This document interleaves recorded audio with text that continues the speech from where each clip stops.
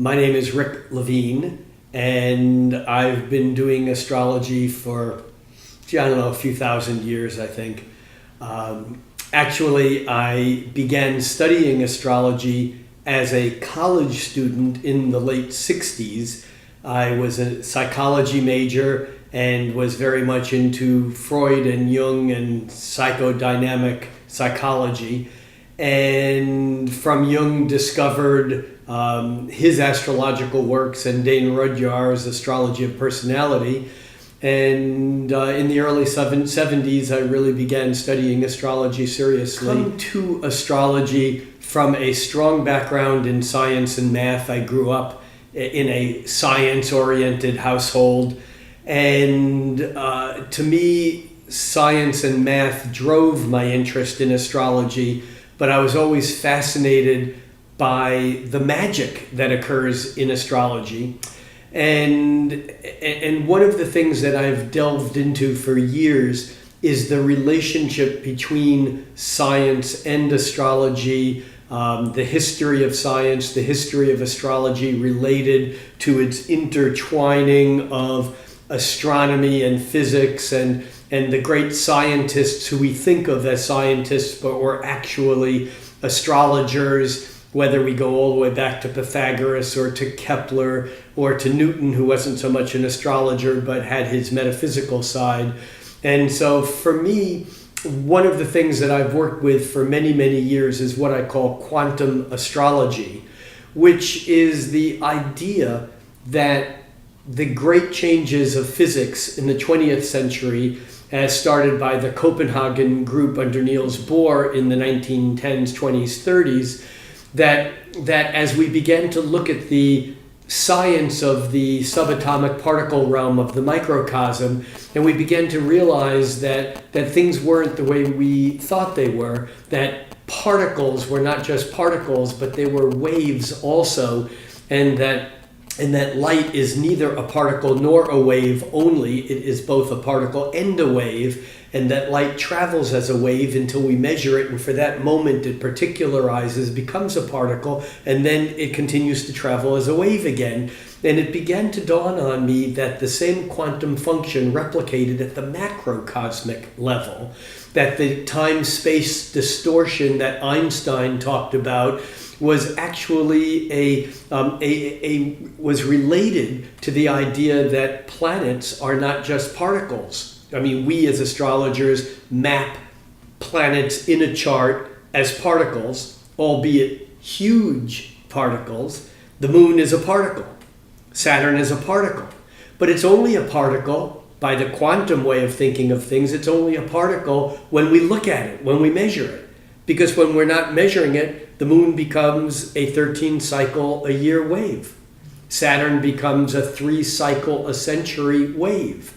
And so it began to dawn on me that the way we looked at astrology was very much a Newtonian way, because Isaac Newton thought everything was particularized. There's what we call the billiard ball cause and effect relationship, that if something is on this trajectory and hits something that way, it then veers that way until it stops. And by having the mathematics, we know exactly what will happen. But in the quantum realm, we don't, because everything is possibility and probability. And it began to dawn on me that what we astrologers were practicing was much more of a function of quantum mechanics than it was particularized Newtonian cause and effect billiard ball. What we call astrology today was once much more thoroughly integrated into the mainstream of thought.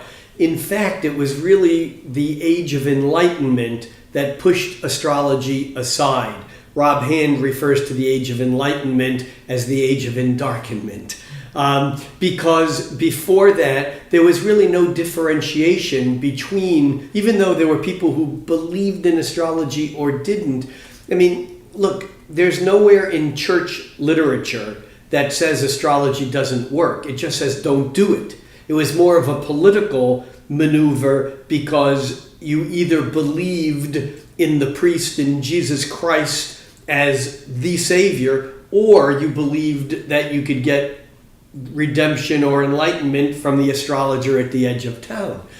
So what happened was that you had great astronomer scientists like Johannes Kepler in the late 1600s, in the early 1600s, that actually did their astronomical, scientific, mathematical research in order to support their astrological assumptions and workings.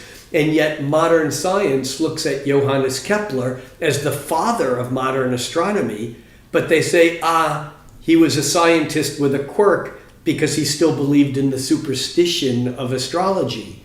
And so we moderners look at someone like Hippocrates. Every medical doctor in the West takes an oath, the Hippocratic oath. But then they say, oh yeah, wait a minute, Hippocrates also said that a doctor should not practice medicine if he does not have knowledge of the stars. Oh, forget that part of him. So there's a whole level of denial that's going on in modern science that I love Deepak Chopra's quote. Deepak Chopra says that modern science suffers from its belief in the superstition of materialism. It's beautiful. Brilliant. It's brilliant. It's brilliant. The schism between modern science and astrology is not really a schism between science and astrology. It's a schism between technology and astrology. Because what we call modern science is not science, it's technology. Because if you look at the theoretical physicists, the theoretical cosmologists, they all embrace the mystery.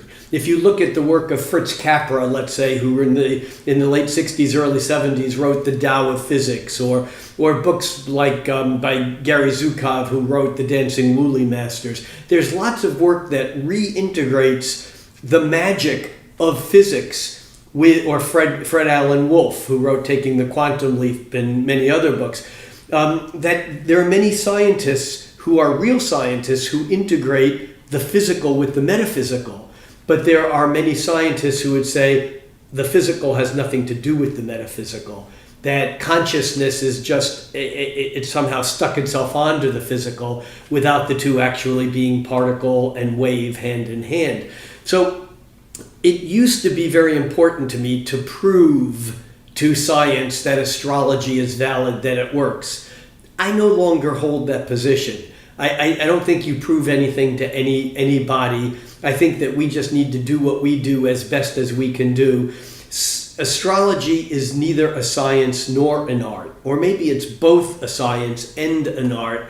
I think of astrology as the corpus callosum, the fabric of the brain that connects the right-handed left brain rational scientific mind with the left-handed right brain, which is the more intuitive, magical, artistic mind. And astrology really is the connective fabric between particle and wave, between fate and free will, between science and art. It's not one or the other. In fact, there was a book written by this man named Charles Fort in the 1920s who wrote about things outside the realm of science. And he was a very popular author. His first book was a book called The Book of the Damned.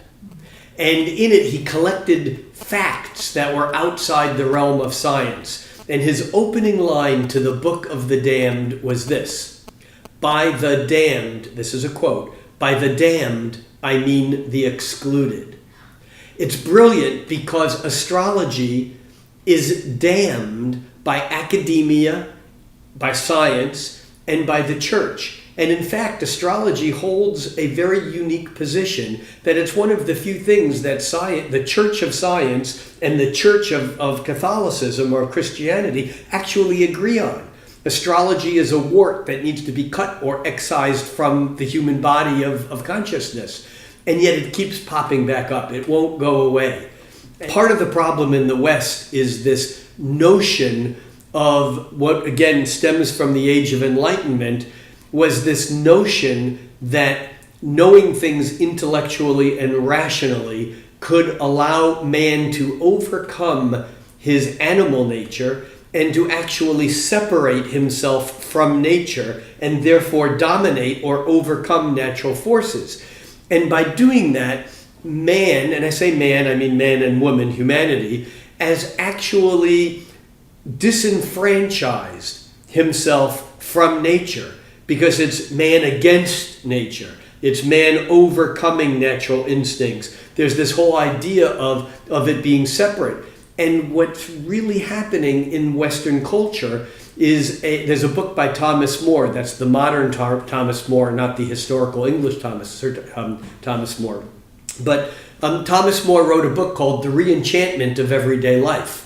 And this idea that we are rediscovering what was called animism, the idea that consciousness and life exists in everything. And we Westerners have created the science that has separated the two. And you're right, there are cultures, certainly not only in India and in the East, but many native cultures, many Aboriginal cultures around, indigenous cultures around the world have a much more integrated understanding that consciousness and humanity is not separate from nature, does not need to overcome nature, but in fact needs to figure out how to reintegrate with nature.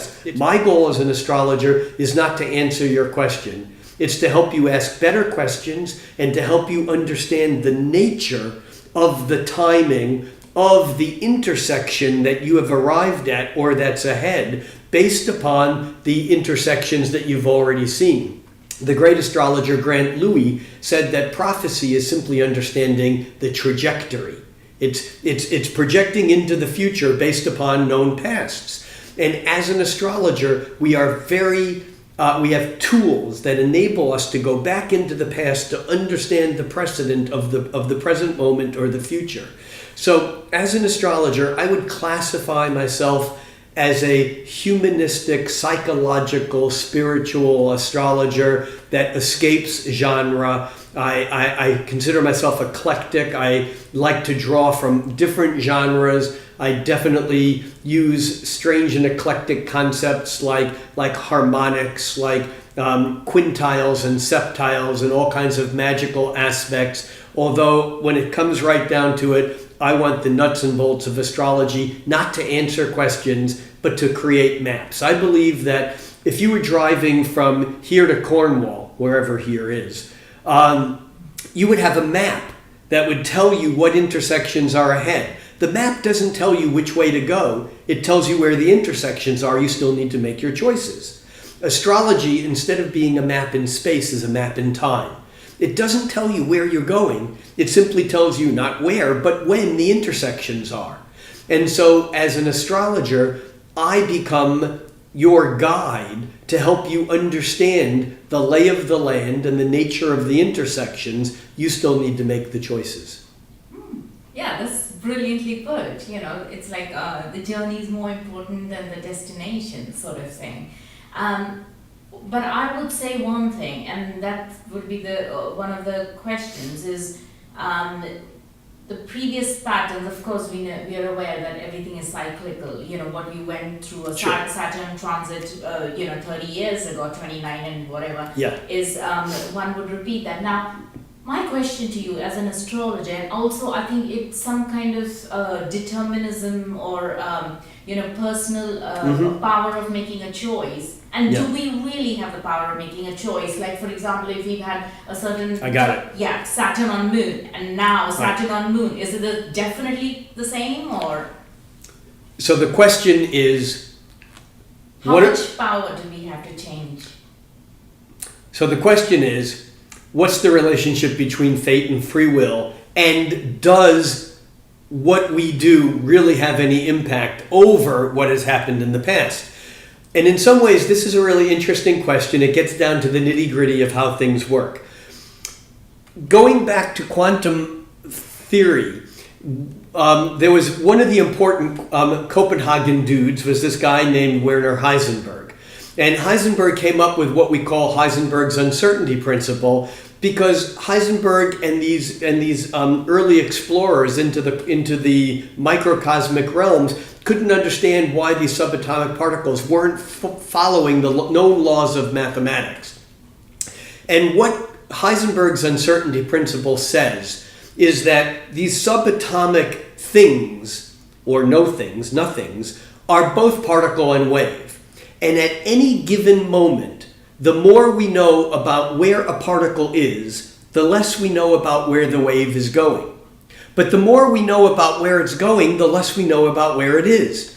And Heisenberg's uncertainty principle says we cannot know both particle and wave in the same moment. We know either or. The more we know about one, the less we know about the other.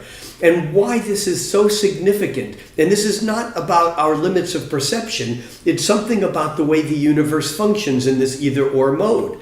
And what this is particle is to wave, as fate is to free will. And what this means is that at any given moment, the more we are tuned into the fate side of the equation, the less we have of free will. The more we have, the more we're attuned to the wave possibilities, what Deepak Chopra calls the field of quantum possibilities, the less we know about a particular event. And I like to encourage my clients to exercise the illusion of free will. What I mean by that is we could argue forever. Does free will exist? We can't answer it because even though I say, I got right to that point and then I made a choice and I decided not to jump over that cliff and I decided to do that instead.